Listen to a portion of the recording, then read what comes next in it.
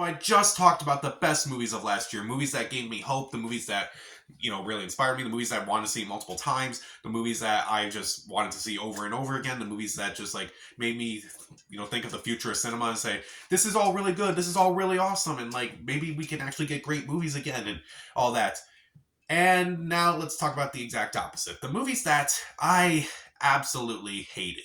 The movies that I look at and I go, why? Just why? Why did any of this have to happen? And why did I sit through this? The movies that make me, just question why I do everything, why I go and sit through all these movies. And look, don't get me wrong, it is great to go out and explore and like see movies that maybe you wouldn't be interested in, but when they're bad, they can be excruciating at times. Oh man, there were so many bad movies I saw this year, and I wanted to just dive right into it. This is a fun list and also not a fun list because, like, I know all these people, like, all these, they work really hard on all these movies, and basically they try to give it their all. At least for the most part, they try.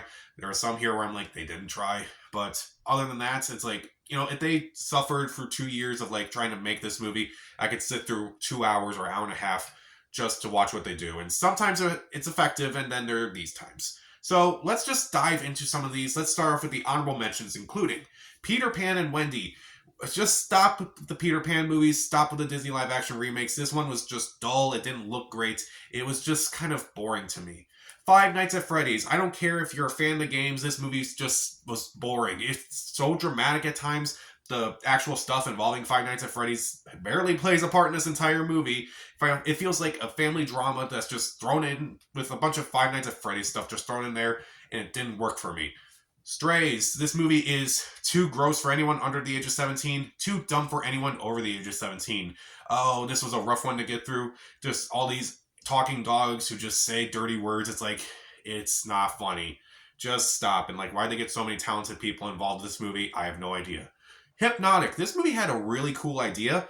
Problem is, the execution sucked. Everything about the execution was terrible because all they do is just exposition dump. Basically, it's so boring. It felt like you were being hypnotized watching it, but they never decided to really wake you up with anything exciting. Kandahar. Gerard Butler in a generic action movie that was just so boring, I kind of started to fall asleep during this movie.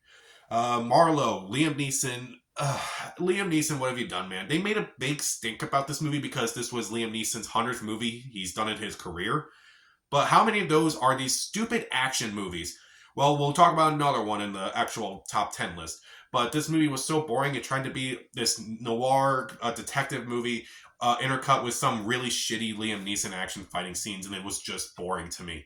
Silent Night. A lot of people seem to like this movie from what they say, but like honestly, I didn't care too much. I thought the gimmick was not as effective as I thought it was going to be. The action is kind of dull. It's not even really a John Woo movie, and it's just very disappointing. Paint. Owen Wilson plays probably one of the most dislikable people in the entire year of movies, and that says something. This movie is not funny. It's just awkward. It's not great. Oh, I did not like this movie. White Man Can't Jump. The first White Man Can't Jump with Wesley Snipes and Woody Harrelson is pretty funny and still holds up. This movie doesn't. Like, why throw Jack Harlow in this movie? I have no idea, but you'll just be better off watching the original movie. You people, Eddie Murphy, Jonah Hill, Julia Louis-Dreyfus, David Duchovny. How could this movie go wrong? Just don't really take anything far enough. Just don't really have a lot of great jokes. Just make everything really awkward. And that's you people. I did not like that movie. 65, Adam Driver, Sam Raimi, the guys who co-wrote A Quiet Place, and Dinosaurs. How could this movie go wrong? It's dull, it's boring, nothing really happens in this movie. It feels like a ripoff of other things such as Logan, Mandalorian, Last of Us, and it's not nearly as effective as those are. My Big Fat Greek Wedding 3. Remember the first My Big Fat Greek Wedding movie? That was sweet, that was sentimental, that had a lot of heart to it. There is no heart in this movie, they just wanted to go on vacation. And I just sat in the theater by myself watching it, and it was bad. I didn't laugh a whole lot.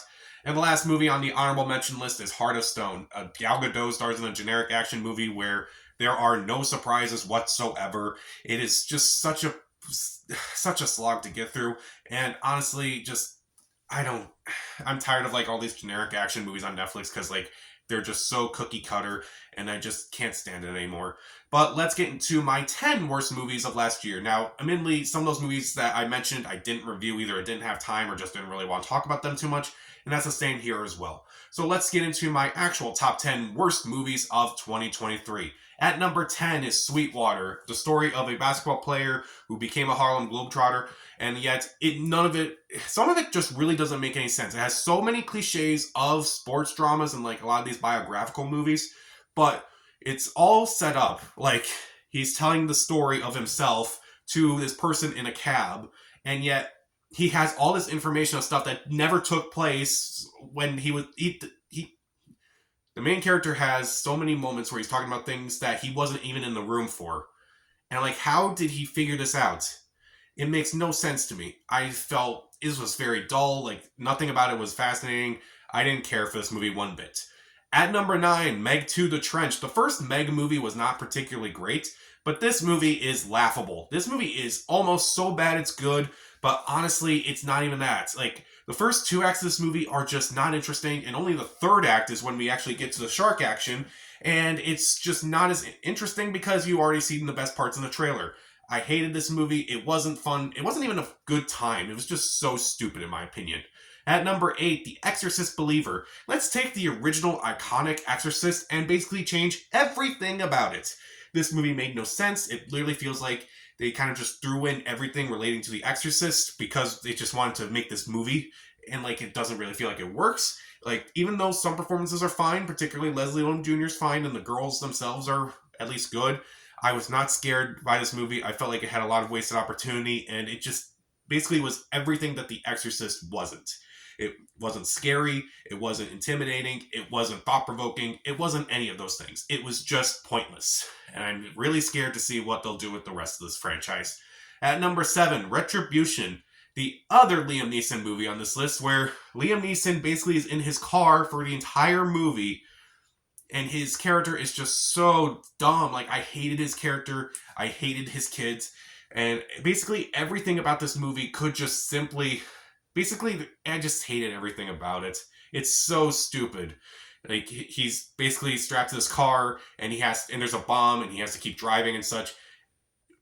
We've done this movie before. Liam Neeson has done this movie before, and I'm so tired of Liam Neeson action movies. It's just so boring. They kind of just do the same thing over and over again. At least Marlowe was kind of different enough to where I kind of separated them, but I just am so sick and tired of seeing Liam Neeson action movies. Just stop. Just please stop. At number 6, we have The Machine. Burt Kreischer's movie about how he basically got the nickname The Machine is so awful. It is so terrible. I did not laugh in this movie. I thought everyone in this movie was terrible. Kreischer's character, I don't even know if we can call him himself in this movie, but his character is just so horrible. And he's in my top 3 worst characters of this year. Like, his opening scene, he's talking to his therapist with his family and basically calls his family just terrible names. And I'm like, are we supposed to be sympathetic towards this guy? Because I'm not. I didn't find it fun. I didn't find it funny. It was just obnoxious. And I wanted this movie to end more than anything. And that's only my number 6. At number 5, we have Ghosted. Chris Evans and Ana de Armas in an action movie? Okay, that's cool. Have Chris Evans have a creepy fascination with this character to the point where he goes to find her in another country. If anyone else did that, if someone who didn't look like Chris Evans did that, that would be really creepy. But like, they never address it. But also, the movie's not very fun. It's not very funny. It's very convoluted. It's very boring. It's just a movie where it's like, a lot of these movies may be like vacation movies now, but honestly, I just did not enjoy Ghosted. I did not have fun with it. At number 4, Love Again. Oh, I never want to see this movie again. This movie has the creepiest premise that I can think of for the year.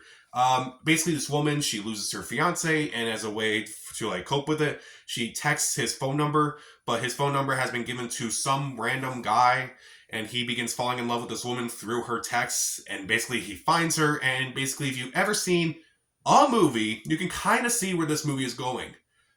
It is creepy, it is atrocious. Priyanka Chopra Jonas deserves a whole lot better.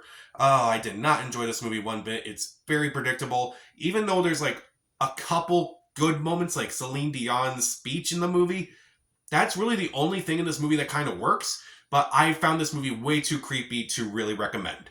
At number 3, Mafia Mama. Toni Collette, what are you doing? This movie was awful. Awful. So awful. Oh man, it is filled to the brim with Italian stereotypes. It feels so disjointed, like feels like nothing is ever really addressed. It feels like they kind of just needed to stretch things out to make just feature length, to make it just feature length. Honestly, if you had told me these were like 3 random episodes from a sitcom based on this premise, I would have believed you because it plays like a sitcom. But yet, Toni Collette is in this movie, and like, how, like, why did she do this movie? I can understand because like she doesn't want to do like really dark stuff like Hereditary. Like, this movie was just dumb. This movie was just stupid. I just hated everything about it. I did not laugh while watching it, and no one else in this theater laughed either, so that says a lot. At number 2, Expendables 4. I could put this as number 4 as a joke, but I don't want to do that. I could put this as my number 1, but I don't want to give it that satisfaction. It is just a pointless $100 million crappy looking movie that, oh man, I hated everything about it. The Expendables themselves, pointless. It's mostly just a Jason Statham movie. The action is just really terrible in this movie. Iko Uwais' character is just very boring. I did not find it fun. It was not funny. It was pretty disturbing at times because, spoiler alert, if you have not seen this movie, you don't care. Sylvester Stallone's character dies in this movie, but he does come back, so he clearly faked his death, and how he disguised his death is so shocking, disturbing, and actually just, it's horrible. It's really horrible, like what they do, and I'm like, how are they going to get away with that? And that's just atrocious. This movie bombed at the box office and deserved it. No one deserved to see this movie. No one deserved to make this movie. It cost $100 million to make, and it looks like they didn't even spend it on anything. I think it just went to the cast more than anything. It looks that bad. It looks that atrocious. I did not enjoy this movie. Even the other 3 Expendable movies, they're not particularly great. I wouldn't regard them as like, cinema by any means. Like, they're okay, they're fun, but that's the thing. This movie is never fun. I hated it. But my number one worst movie of 2023 was Freelance. This movie doesn't try anything. Nothing. I could look at other movies like, Exorcist and say, okay, that at least tried. The Machine, it tried. Like, it didn't work. But if Freelance doesn't try to do anything, Freelance has the worst main character I had seen in a movie in a while. The action is atrocious. The comedy is atrocious. The chemistry is atrocious. If the character that I like the most is the dictator, that says something. That is really awful. I did not like this movie one bit. It never tries anything. Why is Christian Slater in this movie? Probably to be the surprise villain. And they don't even try that. They don't even try to do anything in this movie. It is a really bad, washed up version of a movie. It's a really bad, washed up version of The Lost City. That is how bad it is. It's like, okay, The Lost City wasn't necessarily a great movie by any means, but The Lost City looks Oscar worthy compared to this. This is bad. This is atrocious. I hated watching this movie. Oh, I really hated this movie. Oh, and I never want to think about this movie again. I want to get rid of it. I want to make sure it stays in 2023 where it belongs. Actually, I want to make sure it just never mention this movie again. Just don't. So, those were some of the worst movies of 2023, at least to me. What are some of your least favorite movies of the past year? Comment down below, subscribe to the channel. This is Pat. Stay safe.